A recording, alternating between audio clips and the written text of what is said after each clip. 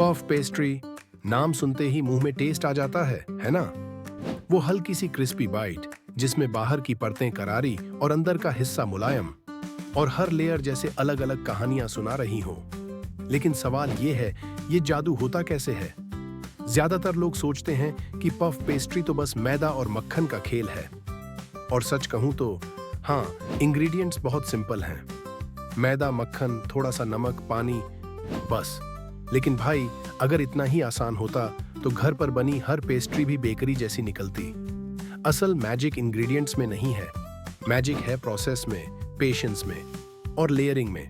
देखिए, puff pastry की असली जान है उसकी लेयर्स। जितनी ज्यादा लेयर्स, उतनी ज्यादा क्रिस्पीनेस और उतनी ही ज्यादा मजा।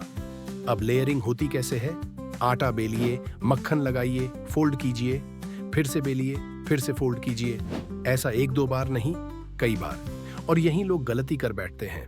ज्यादातर लोग सोचते हैं कि 2 से 3 फोल्ड्स काफी हैं, लेकिन बेकरी में हम इस प्रोसेस को बार बार रिपीट करते हैं, क्योंकि हर फोल्ड से परतें मल्टीप्लाई होती हैं।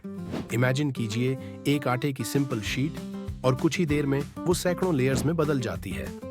अब दूसरा बड़ा राज, तापमान नियंत्रण।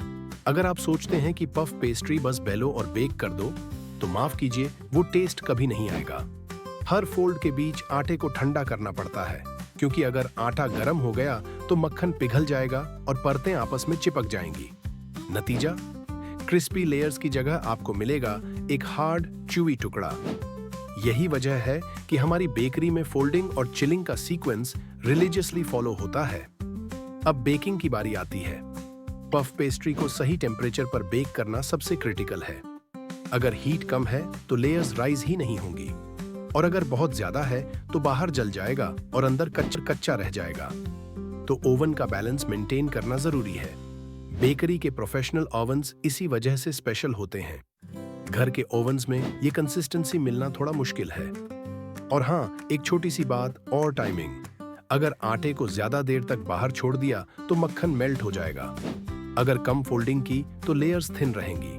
अगर ज्यादा फोल्डिंग कर दी तो आटा टफ हो जाएगा।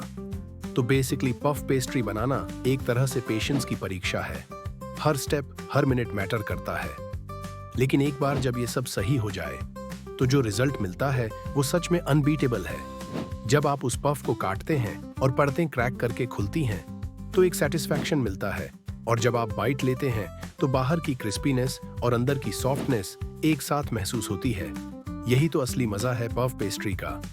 अब आप सोच रहे होंगे, क्या ये सब घर पर पॉसिबल है? देखिए, पॉसिबल तो है, लेकिन ऑनेस्टली थोड़ा चैलेंजिंग है। घर पर आप छोटा बैच ट्राई कर सकते हैं, पेशेंस रख सकते हैं और अच्छा रिजल्ट पा सकते हैं। लेकिन बेकरी जैसी कंसिस्टेंसी और परफेक्शन लाना आसान नहीं, क्योंकि यहाँ सालों का अनुभव और रोज की प्रैक्टिस होती है। मैं आपको एक छोटा एग्जाम्पल देता हूँ। हमारे यहाँ एक बार नया स्टाफ आया। उसने सोचा कि बस आटा बेलना है और फोल्ड करना है।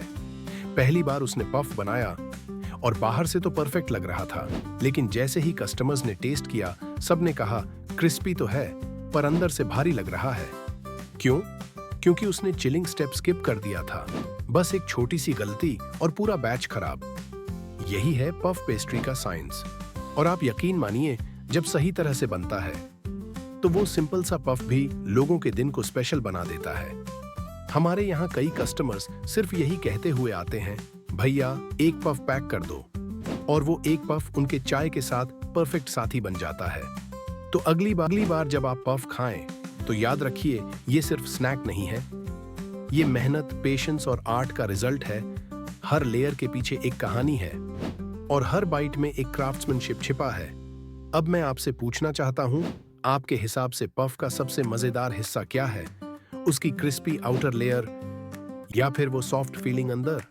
कमेंट में जरूर बताइए।